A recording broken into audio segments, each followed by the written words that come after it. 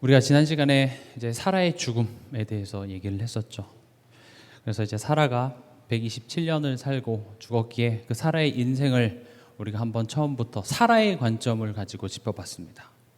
우리가 그 여정을 통해서 그 인생을 통하여서 확인할 수 있었던 것은 열방의 어머니로 만들어 가시는 하나님의 여정이었다라는 걸 확인할 수 있었고요. 또 후대 이삭을 위하여서 그 이삭에게 37년 동안 전달해야 될 중요한 그 사명을 위하여서 하나님께서는 사라를 준비하셨다라는 부분들을 우리가 사라의 인생을 통해서 확인할 수 있었습니다. 오늘 이제 저번 주에 우리가 23장 1절 2절만 봤습니다. 오늘은 이제 23장의 나머지 3절에서부터 20절입니다. 근데 23장이 굉장히 특이한 점이 지금 우리가 지난 시간에 봤던 1절, 2절에는 딱 세 가지 정보밖에 없습니다. 사라가 127세를 살고 죽었다. 또 두 번째는 가나안 땅 헤브론에서 죽었다. 또 세 번째는 아브라함이 슬퍼했다. 그 세 개밖에 없어요. 제가 만약에 성경을 기록했으면 저번 주에 제가 말씀 전했던 것처럼 사라의 인생이 얼마나 이렇게 힘들었지만 믿음을 잃지 않고 하면서 그 사라의 인생을 뭔가 좀 재조명하는 그런 스토리를 담을 것 같은데 1절, 2절이 끝이에요. 그냥 그렇게 죽었다. 그렇게 하고 이제 다른 이야기로 넘어가면 될 것 같은데 여기 보면은요, 아내를 장사할 오늘 묘지 사는 이야기거든요. 그 묘지 사는 이야기가 3절에서부터 20절까지 나와 있어요. 그러니까 20절 중에 1절, 2절은 죽음에 대한 내용이고 나머지 90%겠죠. 18절은 지금 묘지 사는 이야기예요. 이게 뭐가 그렇게 중요하다고? 사라가 죽었는데 우리 생각에는 장례식장 지금 예약한 이렇게 관이라든지 이렇게 장례 절차 준비하는 그 이야기가 뭐가 중요합니까? 그 인물이 중요하죠. 근데 지금 성경은 뭘 강조하고 있냐면 이 23장에서 이 묘지 사는 이야기를 강조하고 있습니다. 그러니까 저도 이게 고민이 많았어요. 성경이 왜 묘지 사는 이야기에 18절이나 할애를 했을까? 왜냐하면 저는 항상 성경을 볼 때도 성경이 뭘 강조하고 있는지를 자꾸 찾으려고 해요. 물론 성경에서 이렇게 좀 보여지는 거나 제가 강조하고 싶은 내용들을 이렇게 근거해주는 그런 구절들이 나올 때는 이게 참 쉽지만 23장 같은 경우도 사라가 죽었대. 근데 그 묘지 사는 게 뭔 의미가 있길래 이걸 이렇게 길게 다뤘나? 그럼 여기서부터는 이제 힘든 거예요. 뭐죠? 무슨 의미가 있죠? 우리가 성경을 읽을 때 이 부분이 사실은 좀 힘든 부분입니다. 성경은 분명히 그 카메라가 있다면 이렇게 강조하는 부분들이 있거든요.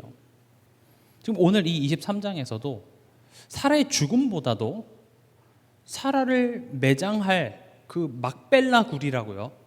그 굴을 산 이야기에 대해서 굉장히 강조를 하고 있습니다. 오늘은 이게 어떤 의미를 갖고 있는지 우리가 알아보는 시간 갖도록 하겠습니다. 먼저 서론적으로 우리가 2절, 3절을 보면은 아브라함이 들어가서 사라를 위하여 슬퍼하며 애통하다가 그 시신 앞에서 일어나 나가서 헷 족속에게 말하여 이르되. 물론 당연히 자기 부인이 죽었기 때문에 슬프죠. 슬프고 애통하다가, 근데 여기서 중요한 거는 아브라함은 그 슬픔의 감정에 그냥 계속 사로잡혀 있지 않고 거기서 일어나서 굉장히 중요한 일을 했습니다. 지금 그냥 장례할 그 굴을 산 거 아닌가요? 아닙니다. 오늘 이 메시지를 여러분이 들어보시면 아브라함이 굉장히 중요한 일을 했구나라는 것을 알게 되겠죠. 그러나 서론적으로 우리가 좀 볼 것은 아브라함은 그 아내가 돌아가서 그 경황 없는 순간 속에서도 지금 오늘의 중요한 것들을 놓치지 않았다라는 겁니다. 서론적으로 이 부분을 좀 보려고 합니다. 우리 삶 속에서 무엇이 가장 영향력이 있을까요? 우리가 학벌이 높고 많은 것을 배웠다 할지라도 또 삶의 경험이 많다 할지라도 우리 삶 속에 가장 영향력이 있는 것은 우리의 생각과 감정입니다. 누가 뭐라 그래도요, 내 생각 그리고 그 생각에 따라오는 그런 감정들이 우리의 삶에 가장 큰 영향력을 끼치고 있습니다.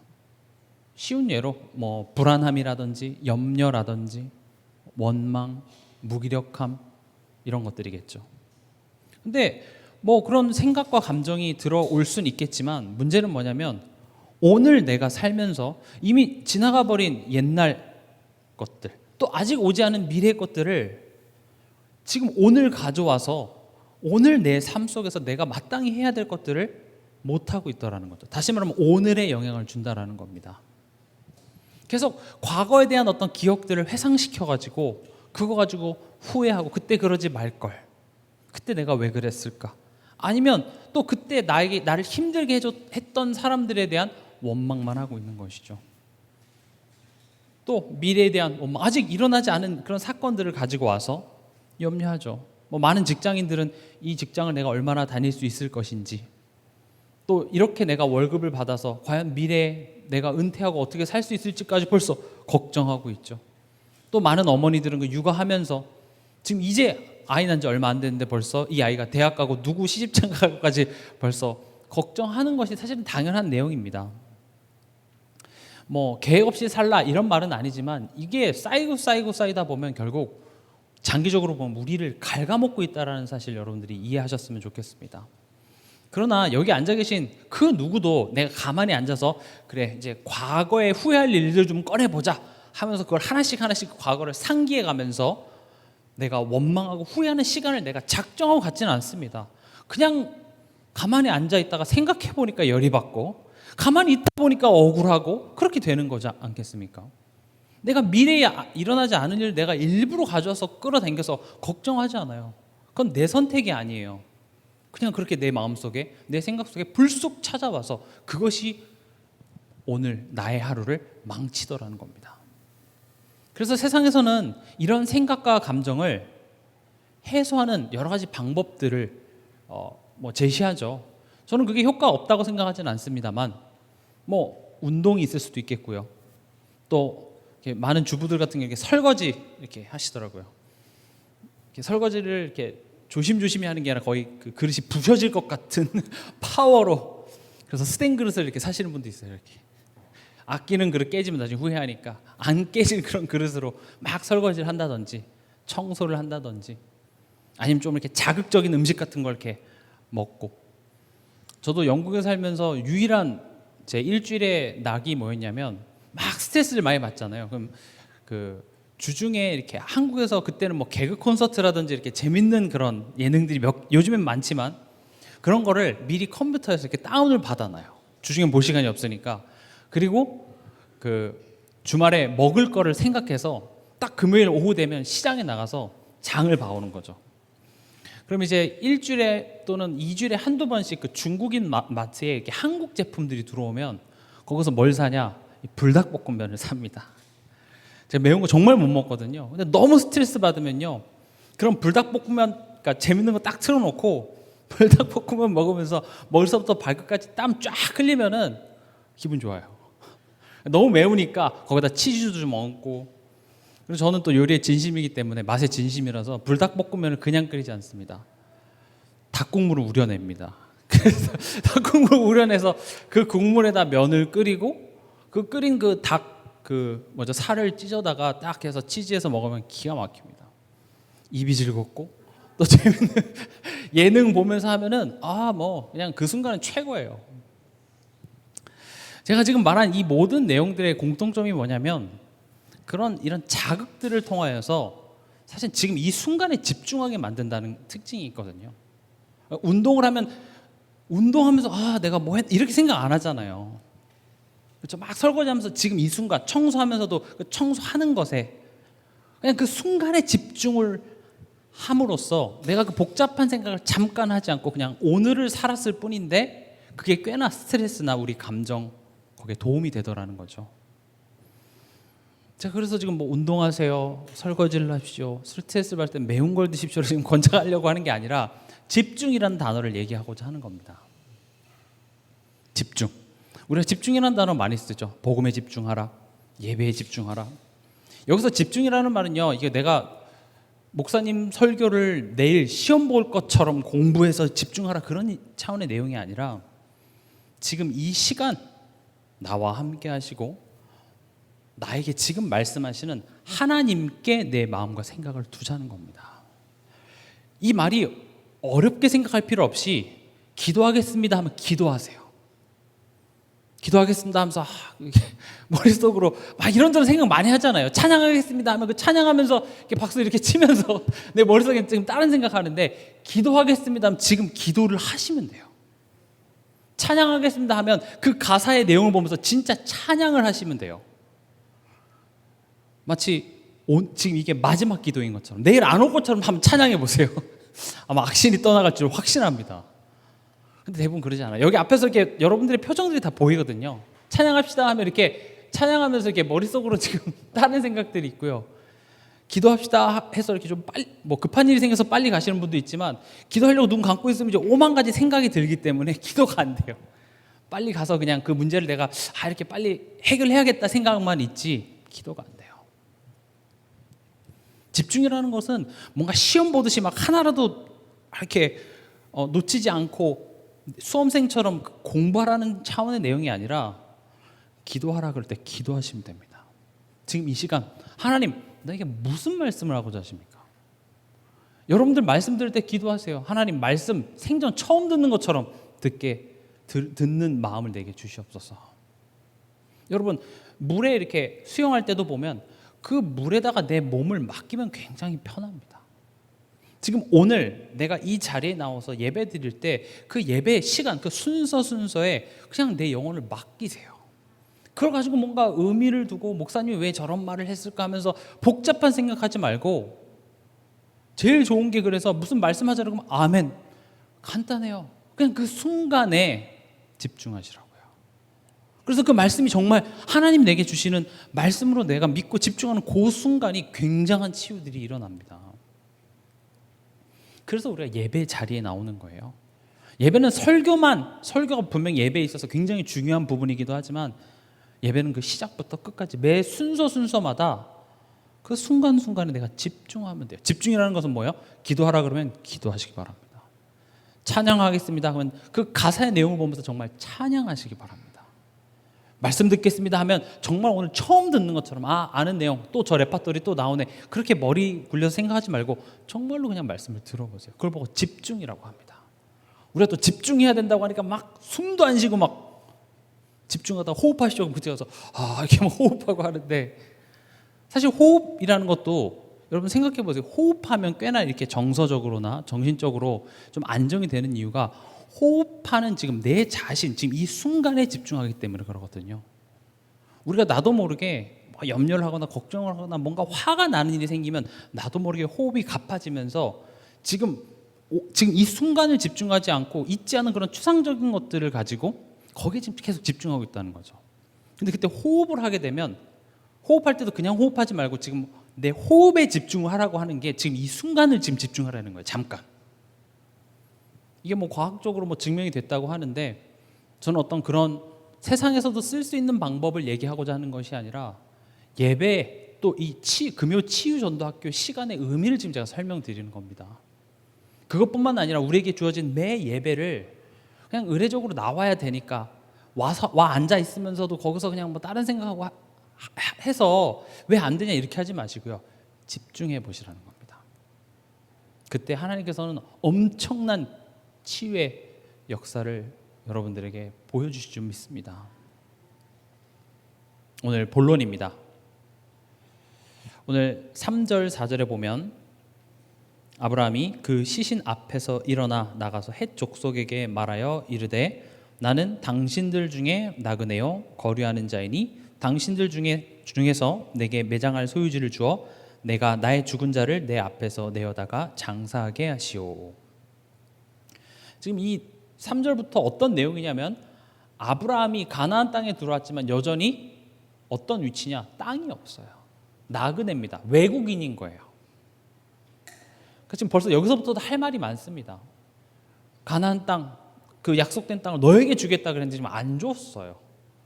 여기 들어와 있고, 또 아내가 죽어서 심지어 내 아내를 장사할 만한 땅 한 평도 없는 거죠. 그래서 여기 헷 족속, 우리가 역사 시간에 히타이트 족속이라고 배웠죠. 그 히타이트 족속을 성경은 지금 헷 족속이라고 말을 하는 겁니다. 지금 이제 우리 터키 있죠. 터키의 조상이 이제 히타이트인데, 그들에게 가서 내 아내를 장사 지낼 그 굴을 좀 내게 팔라 이렇게 얘기를 하는 겁니다. 근데 4절에 보면은요, 아브라함은 자기 자신을 뭐라고 소개하죠? 당신들 중에 나그네. 우리가 이번 주에 강단 말씀 제목이 뭐였죠? 언약의 여정입니다. 우리가 이제 이 치유 전도학교 또 이 1년 동안 우리가 여정이라는 게 있다라는 걸 알았어요. 그런 과정이 있구나. 그런 여정을 하나님이 함께 하시는구나.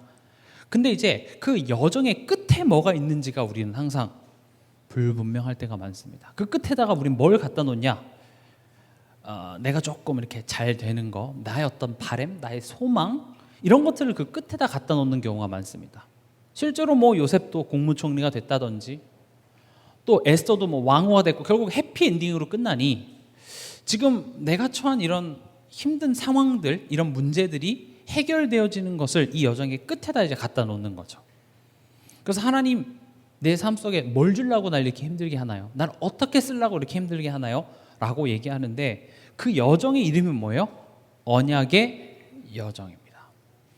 그런 축복들이 안 온다는 말이 절대 아닙니다만 그거보다 지금 더 큰 것들을 주시기 위해서 이끌어가고 있는데 그게 뭐예요? 언약의 여정입니다. 거듭 설명드리지만 언약은 하나님이 말씀하시고 그것을 성취한다는 겁니다. 그럼 말씀하시고 말씀이 성취되는 건 사실 당연한 내용이에요. 하나님이시니까요. 근데 그 말씀을 누구에게 해요? 나에게 한다고요.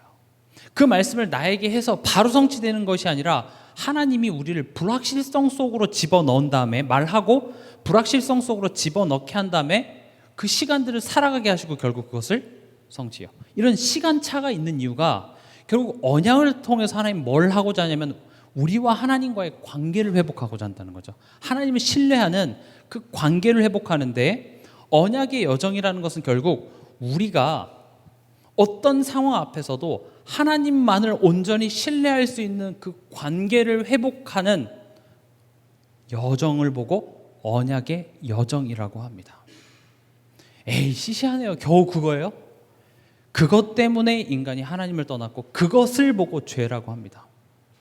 우리가 진짜로 하나님을 온전히 믿고 하나님 앞에서 믿음이 흔들린 적이 없기 때문에 하나님 자녀 된 것이 아니라 오히려 그 반대인 경우가 더 많습니다. 왜냐? 우리는 실제로 우리 존재가 다시 죽고 다시 태어난 게 아니라 그렇게 의롭다 칭해 주셨고 예수님이 대신 죽으시고 대신 부활하신 그것을 가지고 너는 새로운 피조물이라고 해주셨기 때문에 다시 말하면 우리의 체질은 여전히 하나님을 신뢰할 수 없는 체질이 더 많기 때문에 그렇습니다. 그래서 애초에 하나님께서 우리를 근본적으로 자녀로 딱 법적으로 선포해 놓으시고 그 다음에 이제 내 자녀와 아버지와의 관계를 회복해 나가는 여정인 겁니다. 지금 아브라함은 그 시작부터가 불확실성 속으로 하나님께서는 내몰았습니다. 오히려 성경에 보면 항상 이 두 가지 이렇게 흐름들이 있죠. 선택받은 자와 선택받지 못한 자. 선택받지 못한 자들은 꽤나 안정적이고 미래가 확실해 보이는 상황들을 지네들이 택해서 가지만 하나님의 택함 받은 사람들은 하나님이 일부러 자꾸 불확실, 미래에 대해서 걱정하고 염려할 수밖에 없는 상황으로 자꾸 내모시면서 고생시키는 게 아니라 그 상황 속에서 내가 너의 인생을 붙잡고 있다는 사실을 계속 겪게 하시더라는 거죠. 소돔과 고모라를 택한 롯 같은 경우도 아브라함이 먼저 선택권을 줬죠. 너가 선택하면, 너가 최고를 선택하면 내가 두 번째로 좋은 걸 선택한다라고 얘기하지 않고 너가 우하면 내가 좌한다는 거예요. 다시 말하면 난 뭘 선택해도 상관없다고 얘기를 하는 거고, 롯, 우리가 알고 있는 택함 받지 못한 어떤 그 부류로 이제 포함되어 있죠. 롯은 뭘 택했어요? 소돔과 고모라입니다. 그 땅은 굉장히 발전되어 있어요. 지금 우리 한국으로 예를 들어서 말하면 하나님이 그러는 거죠. 야, 이 대한민국의 어떤 땅이라도 너가 선택해. 그거 네 줄게. 그럼 여러분 어떤 땅 선택하시겠습니까? 어디 선택하실까요? 저기 충남 보령 이런 거 선택하실까요? 거기가 공기가 좋아서? 아마 아닐걸요. 아마 여러분들은 그렇죠. 온수로 가셔서 지하철을 타고 저기 강남 쪽으로 가서 여기입니다 하나님, 여기예요 여기. 그 땅을 선택했다는 건 뭘 의미하죠? 앞으로 미래 뭐 여러 가지들이 보장이 되죠. 그럼 하나님이 여러분들이 뭐 강남이나 그런 비싼 동네에 집 한 채를 여러분들에게 줬다면 여러분들은 굉장히 하나님을 잘 믿고 내 마음 평안해. 하나님 때문에 주님 주신 평안이지만 아닙니다. 그 집이 준 평안이죠. 그 재물이, 그 경제가 내게 준 평안함이 내게 굉장히 큰 감사와 기쁨으로 넘쳐날 겁니다. 아니라고 하지만 사실 그래요. 롯은 그걸 택했어요. 그러나 아브라함도 솔직히 그걸 택할 수도 있었겠지만 은혜 입은 자였기에 하나님은 아브라함을 좋은 땅이 아니라 그 반대로 모셨어요. 보세요. 아브라함의 여정을 보면 계속 그 불확실성 속에서 하나님만 바라보고 그냥 한 걸음씩 나아가는 거죠. 최근에 제가 자주 드는 예가 뭐죠? 우리가 의사가 약을 주면 그 약을 쪼개서 그 약에 있는 성분 검사를 받아서 그 성분들이 우리 몸속에서 어떤 역할을 하는지가 100% 이해가 되고 설득이 돼서 약을 먹는 사람은 거의 없습니다. 우리 왜 약 먹어요? 의사를 믿고 먹는 거예요. 어떤 약은 맛도 없고요. 어떤 약은 먹으면 더 아파요.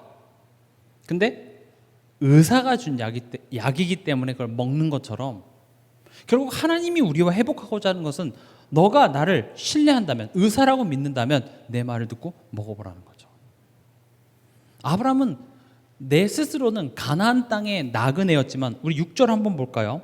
그 해족속은 아브라함을 뭐라고 부르냐면 6절 같이 읽겠습니다. 네 주여 들으소서, 당신은 우리 가운데 있는 하나님이 세우신 지도자이시니. 여기서 내 주여는 하나님한테 얘기하는 게 아니라 지금 아브라함을 높여서 내 주여라고 얘기하는 거예요. 해족속들이요. 하나님 안 믿는 이방인들이 아브라함을 뭐라고 봤어요? 하나님이 세우신 지도자래요. 아니 땅 하나도 없는데요. 근데 지도자로 봤어요. 우리의 여정이 지금 나와 하나님과의 관계 속에서는 불확실성인 것 같고 잘 안 되는 것 같고 있지만 그 여정을 걸어가는데 세상에서는 여러분들 뭘로 봐요? 하나님이 세우신 지도자. 이걸 조금 어렵게 영어로 써서 서밋 이렇게 얘기한 겁니다. 영적 서밋이라는 말이 이거예요. 영적 서밋이 되면 기능 서밋이 따라오고 미래 서밋, 그런 말들이 무슨 말이냐면 영적 서밋이라는 것은 이 불확실성 속에서 롯처럼 눈에 보이는 걸 택하는 것이 아니라 하나님의 말씀 앞에 내가 설 수 있는 것이 영적 서밋이고, 그런 한 걸음들을 내가 하나님과 묵묵히 갔는데 그게 세상에선 뭘로 보여졌어요? 하나님이 세우신 지도자. 성경 인물들이 다 이러지 않았나요? 요셉도 그 하루하루가 참 막연했는데 하다 보니까 하나님의 신에 이와 같이 감동된 자를 본 적이 없다는 거죠. 그래서 지금 아브라함이 해족속을 찾아가서 내가 막벨락을 사겠다, 나한테 팔아라 하니까 지금 아브라함의 인지도가 얼마나 좋은지 그 사람들이 뭐라 그래요? 그냥 쓰세요. 뭘 삽니까? 그냥 사세요.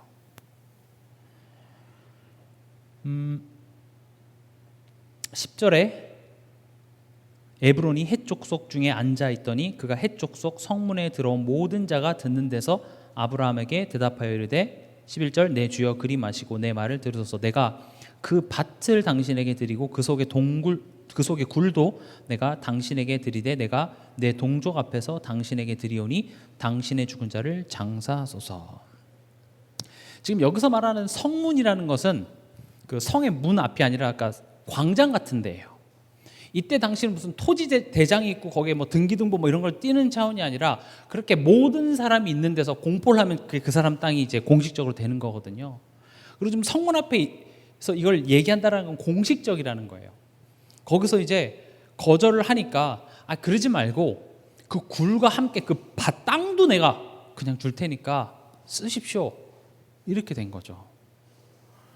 여러분, 하나님이 아브라함을 얼마나 축복했는지 잘 아시겠죠. 와서 땅을 달라는데 뭐 그냥 쓰라고. 그러니까 아브라함이 뭐라고 합니까?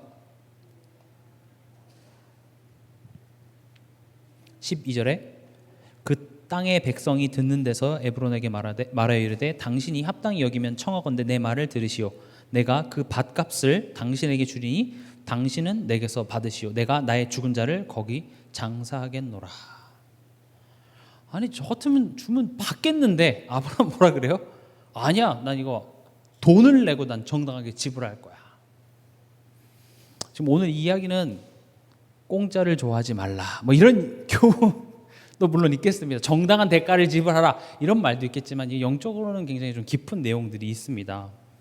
그렇게 하니까 어떻게 합니까?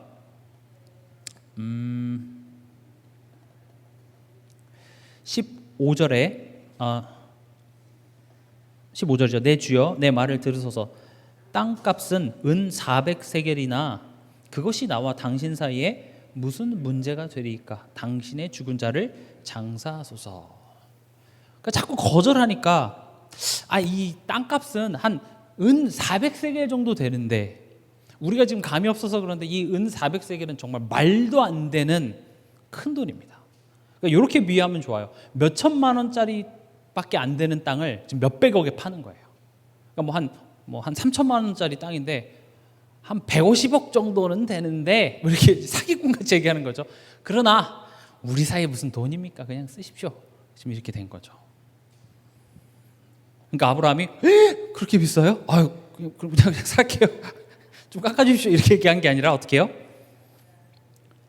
16절에 아브라함이 에브론의 말을 따라 에브론이 헷 족속이 듣는 데서 말한 대로 상인이 통용하는 은 400세겔을 달아 에브론에게 주었더니, 굉장히 엄청난 거의 사기와 다름없는 금액을 지불하고 그 땅과 막벨라고를 삽니다. 더 아리송하죠. 이게 뭔 의미가 있길래 지금 사라의 죽음보다 이걸 더 지금 땅 산 게 그렇게 중요한가 싶죠. 오늘 이 의미에 대해서 알아보려고 합니다. 첫 번째, 이 스토리를 통하여서 우리에 대한 하나님의 마음을 보여주는 겁니다. 지금 이 23장 마지막 절에 18절과 20절에 공통적으로 나오는 두 문장이 있습니다. 그게 뭐냐? 아브라함의 소유로 확정된지라. 18절에 모든 해족속이 보는 데서 아브라함의 소유로 확정된지라. 20절에도 보면 아브라함이 매장할 소유지로 확정되었더라.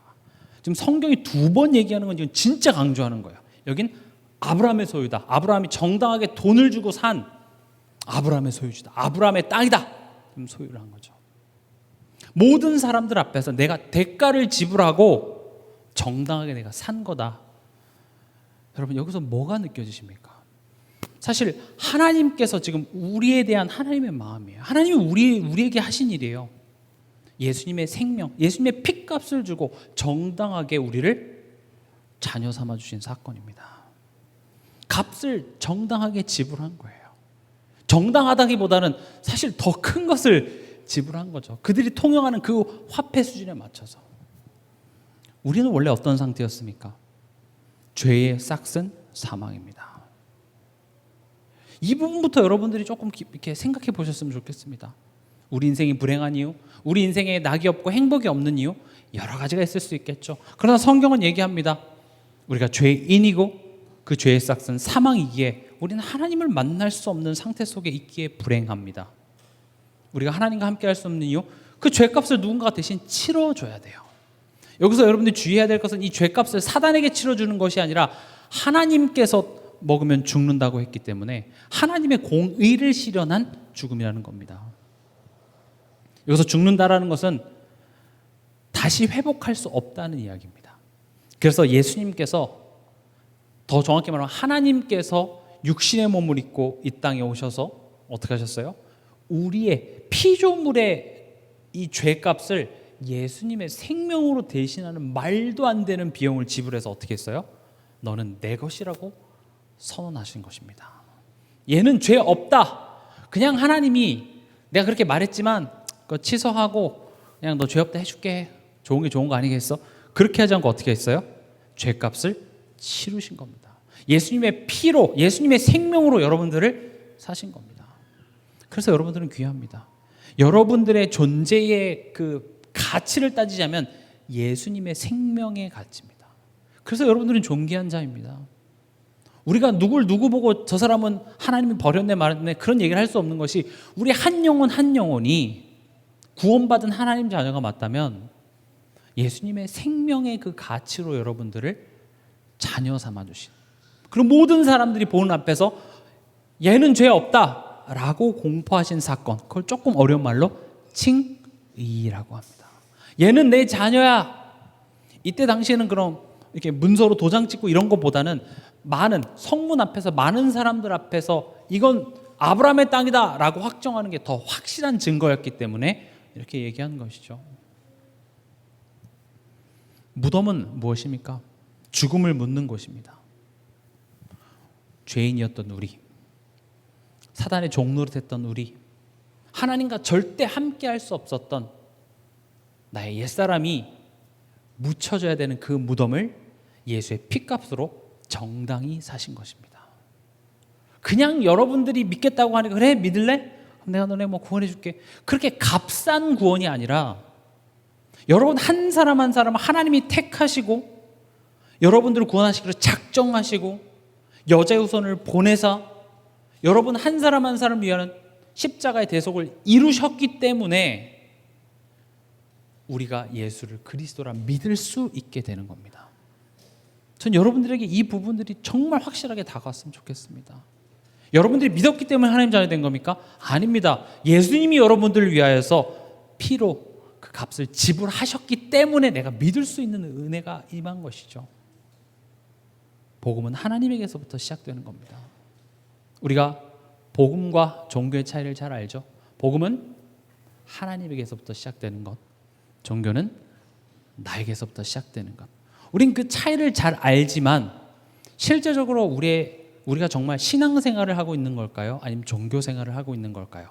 그 질문 앞에 나는 예수가 그리스도라는 걸 알고 그 그리스도의 세 가지 직분을 설명할 수 있으며 또 불신자들에게 하나님 만나는 길을 나는 설명할 수 있습니다를 가지고 내가 지금 신앙생활을 하고 있다고 착각하는 사람들이 굉장히 많습니다. 제가 말씀드렸다시피 신앙생활과 종교생활의 차이는 나로부터 시작되냐 하나님으로부터 시작되냐가 그 차이를 만듭니다. 우리가 신앙생활을 하는 것 같지만 가만히 보면 내가 정해놓고 나의 어떤 자존심, 나의 기준에 하나님이 와서 역사해달라고 얘기하고 있습니다.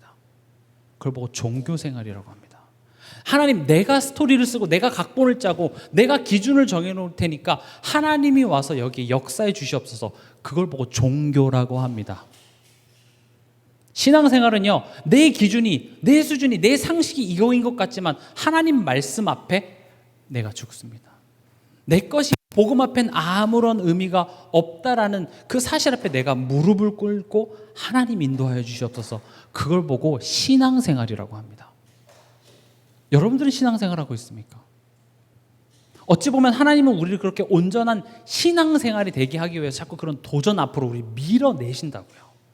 지금 여러분들이 잘했냐 잘못했냐를 얘기하고자 하는 게 아니라 여러분들 삶 속에 그 말씀과 내 어떤 자존심, 내 감정, 내 기준과 자꾸 부딪히는 것이 지금 우리가 잘 가고 있는 신앙생활이라는 거죠. 그러나 나는 뭐 이렇게 하나 저렇게 하나 상관없어가 아니라 그 앞에서 종교생활이 아니라 이제 올바른 신앙생활을 해보라고 하나님께서 자꾸 도전하라고 말씀하시는 겁니다. 우리가 그냥 그런 어떤 정보들, 메시지 어떤 지식들을 잘 알고 있는 것으로 신앙생활을 잘하고 있다고 착각하는 사람들이 너무 많아서 그래요. 그러니까 내가 그런 건 되게 훈련 많이 받고 잘 아는데 실제 삶 속에서 돌아보면 그게 안 먹히는 거잖아요. 그렇지 않나요? 내가 그래도 좀 훈련을 내가 몇십 년 받았는데 내가 많이도 따라다니고 나 뭐 웬만한 사역자들보다 내가 더 잘 설명할 수도 있는 난데도 불구하고 이게 쉽지가 않아요.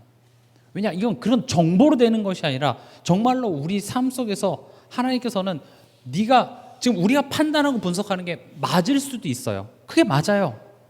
근데 하나님은 지금 맞고 틀린 거 얘기한 것이 아니라 내가 너의 삶을 인도하겠다는 겁니다. 그래서 바울도 아시아로 가고자 힘썼는데 이상하게 예수형이 허락지 않았어요. 바울이 그 전도 선교 계획 짜는 데 있어서 뭔가 불신앙을 가지고 동기를 가지고 뭔가 잘못돼서 하나님 막으셨을까요? 아니에요. 뭔가 잘못했기 때문에 하나님이 여러분들의 뜻을 펼치지 못하게 만든다라고 우린 자꾸 생각하잖아요.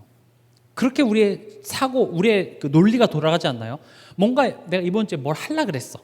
근데 그 일이 잘 안 이루어져. 내가 내 자녀를 통해서 이렇게 하려 했는데, 또는 내 남편을 통해서, 또 직장에서 내가 뭘 하려고 그랬는데 잘 안 돼. 그럼 우리는 뭐부터 생각해요? 내가 하나님한테 뭐 잘못했나? 왜 하나님 날 막으시지? 이렇게 자꾸 돌아간다고요. 물론 때로는 우리가 잘못해서 하나님이 그렇게 막으시는 경우도 있지만, 신앙생활하는 것이 애초에 내가 이만큼 계획을 세우고 이렇게 가면 되겠다 싶지만, 예배 시간 내가 하나님 앞에 나와서 그 계획이 하나님의 성취 앞엔 아무런 의미가 없습니다. 계획 없이 살라는 말은 아닙니다. 내가 계획할지라도 결국 그걸 성취하시는 이는 누구예요? 하나님입니다. 여러분들의 계획을 실행해주는 그런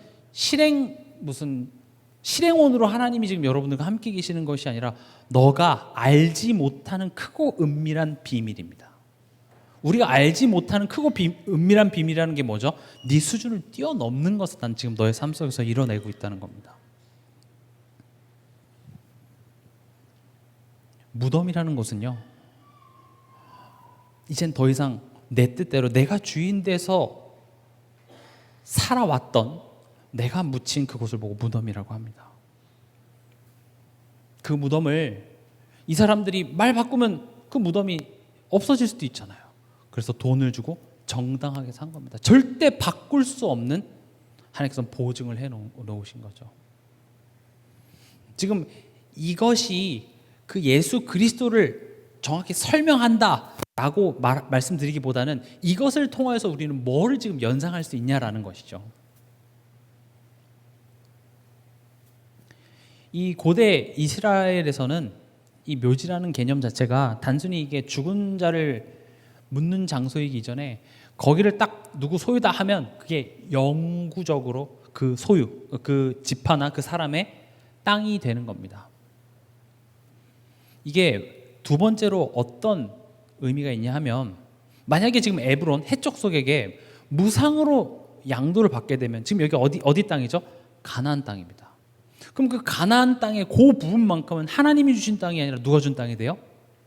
에브론 해쪽 속이 준 땅이 되는 거죠. 이방 족속으로부터 받은 셈이 됩니다. 우리 창세기 49장 한번 읽어볼까요?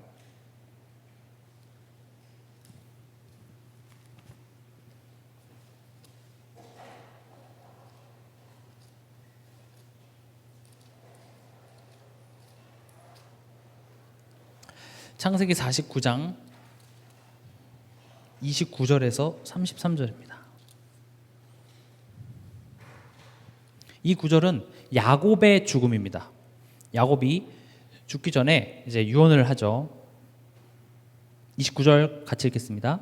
그가 그들에게 명하여 이르되 내가 내 조상들에게로 돌아가리니 나를 햇사람 에브론의 밭에 있는 굴에 우리 선조와 함께 장사하라. 이 굴은 가나안 땅 마므레 앞 막벨라 밭에 있는 것이라. 아브라함이 햇사람 에브론에게서 밭과 함께 사서 그의 매장지를 삼았으므로 아브라함과 그의 아내 사라가 거기 장사되었고 이삭과 그의 아내 리브가도 거기 장사되었으며 나도 레아를 그곳에 장사하였노라. 이 밭과 거기 있는 굴은 햇사람에게서 산 것이니라. 야곱이 아들에게 명하기를 마치고 그 발을 침상에 모으고 숨을 거두니 그의 백성에게로 돌아왔더라. 아멘. 굉장히 의미 있는 얘기를 하죠. 다시 말해 이게 정체성입니다. 지금 400년 동안 우리 치유 창세기 처음 시작했을 때 이 창세기는 누가 기록했다고 우리가 얘기했죠? 모세가 기록했다고 우리는 보고 있습니다. 하나님이 왜 이 창세기를 모세에게 기록하게 했냐면, 지금 400년 동안 노예로 살았던 이스라엘 백성들에게 읽히라고 모세오경을 하나님께서는 기록했죠. 400년 동안 이집트 노예 생활을 했다라는 말은 지금 내가 누군지, 내 뿌리가 어디로 왔는지, 또 왜 가나안 땅으로 돌아가야 되는지 아무것도 몰라요. 우리가 일제 점령기 100년도 안 되는 그 짧은 시기에 있었음에도 불구하고 참 우리나라의 어떤 그런 뿌리라든지 일본의 잔재들이 많이 남아 있는 것을 우리가 볼 수 있지만, 여러분 400년 동안 있었으면 아예 없는 거예요. 뭐 노예들이 이렇게 뭐 교육을 했겠습니까? 역사를 가르쳤겠습니까? 아무것도 몰라요. 그냥 밥 먹여주고 재워주는 게 장땡이에요. 왜 가나안 땅으로 가야 돼? 그래서 문제만 생기면 어떻게 했어요? 뒤집어 엎었죠.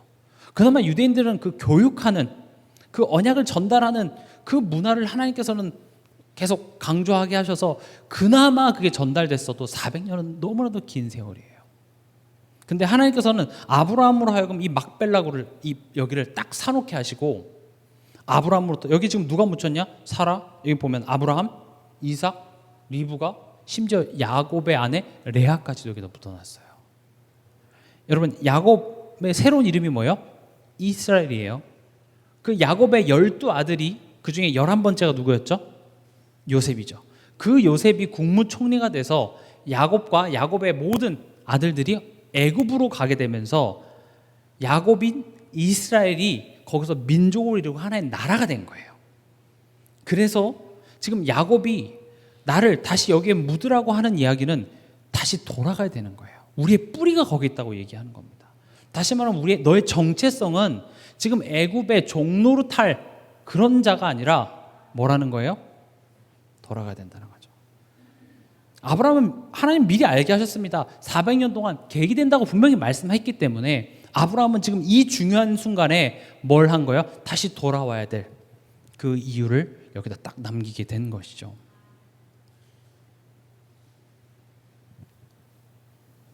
그래서 거저받은 것이 아니라 정당한 대가를 치르고 여긴 영원히 우리 민족이 다시 차지해야 될 그 땅이라고 지금 선포하는 내용이 되는 겁니다.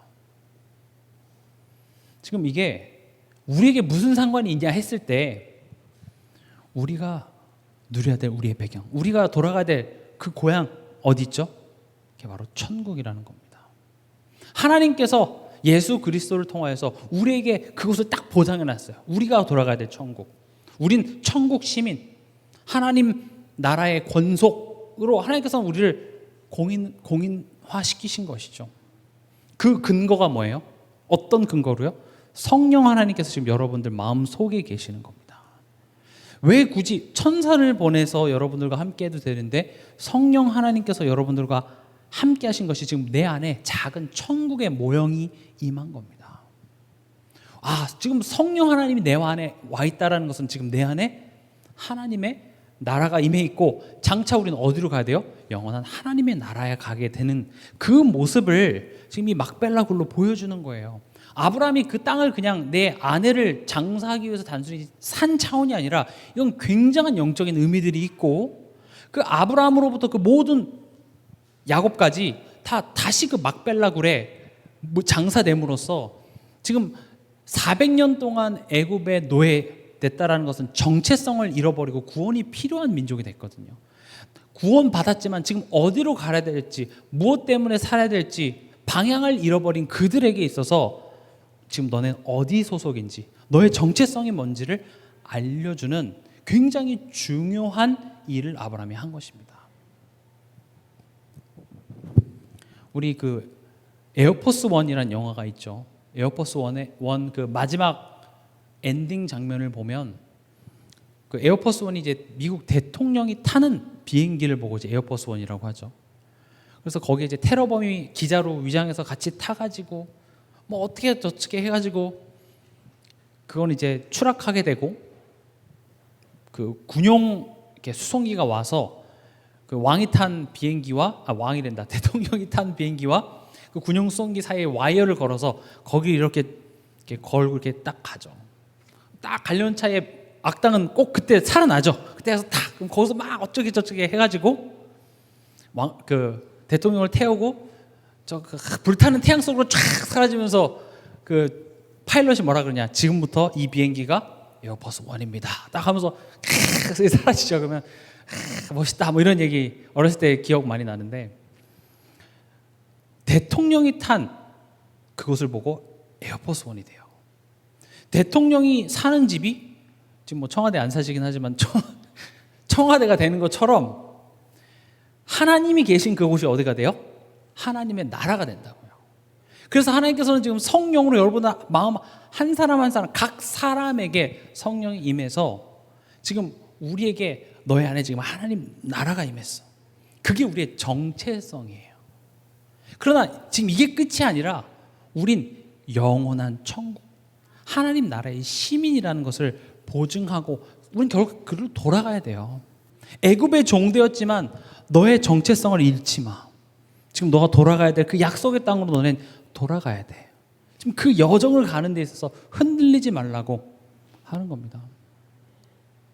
그래서 유대인들이 그 90년대 초반에 그 자기네 이스라엘 그 나라를 살 때 그게 니네 땅의 증거가 뭐냐? 그래서 이걸 펼쳐요. 막벨라고를 아브라함이 사지 않았냐? 이걸 증거로, 역사적인 사건입니다. 이걸 증거로 아브라함이 샀으니까 그거 마땅히 우리 땅이다. 그래서 그 팔레스타인 한복판에다가 이스라엘이 자기 나라를 사죠. 이게 증거라고 하면서 우리 안에 성령이 함께 하신다라는 것은 여러분들 하나님의 자녀로, 하나님의 권속으로, 권속이라는 뭐죠?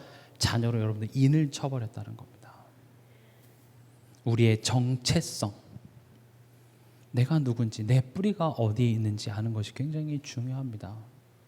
결국 우리 삶 속에 우리가 겪는 문제는 결국 정체성 문제입니다.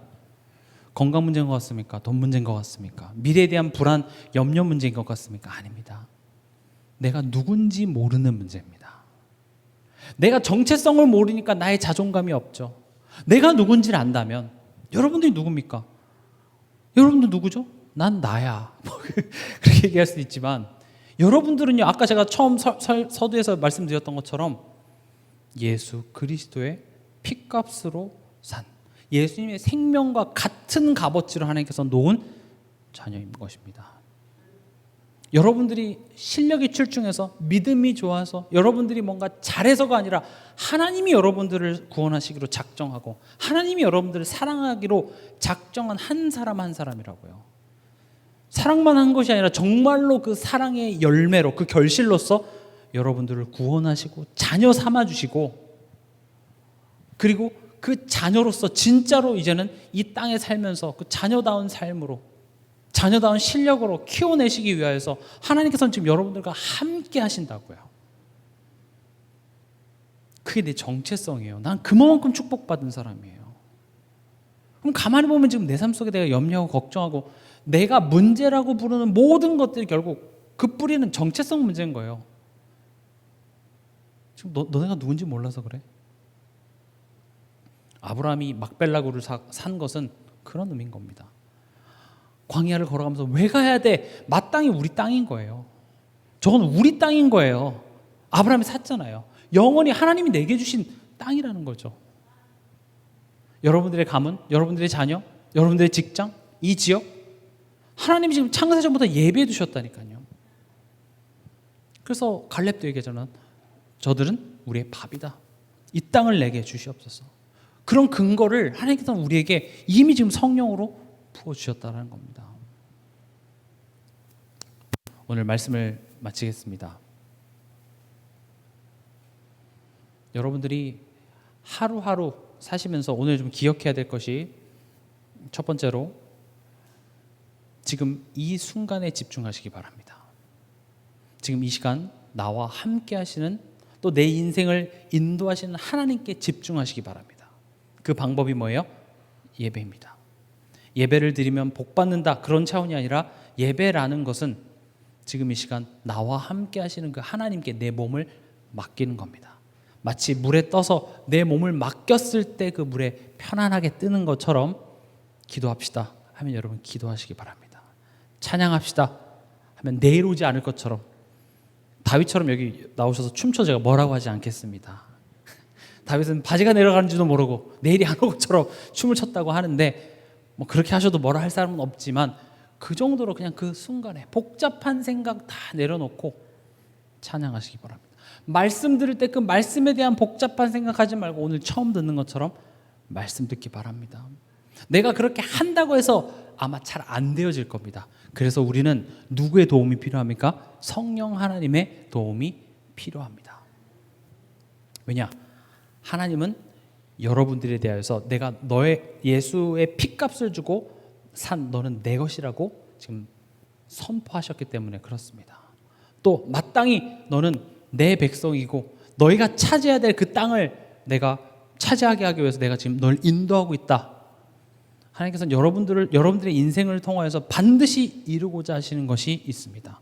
그러나 여러분들의 능력을 필요로 하는 것이 아니라 여러분들이 그냥 그 하나님과 손잡고 한 걸음 한 걸음 나는 갔을 뿐인데, 사람들은 여러분들 뭐라고 봅니까? 아까 뭐라고 되어 있죠? 하나님이 세우신 지도자, 영적 서밋입니다. 이번 한 주간도 이 말씀 기억하시면서 언약의 여정 잘 가시는 한 주간 되시기 바랍니다.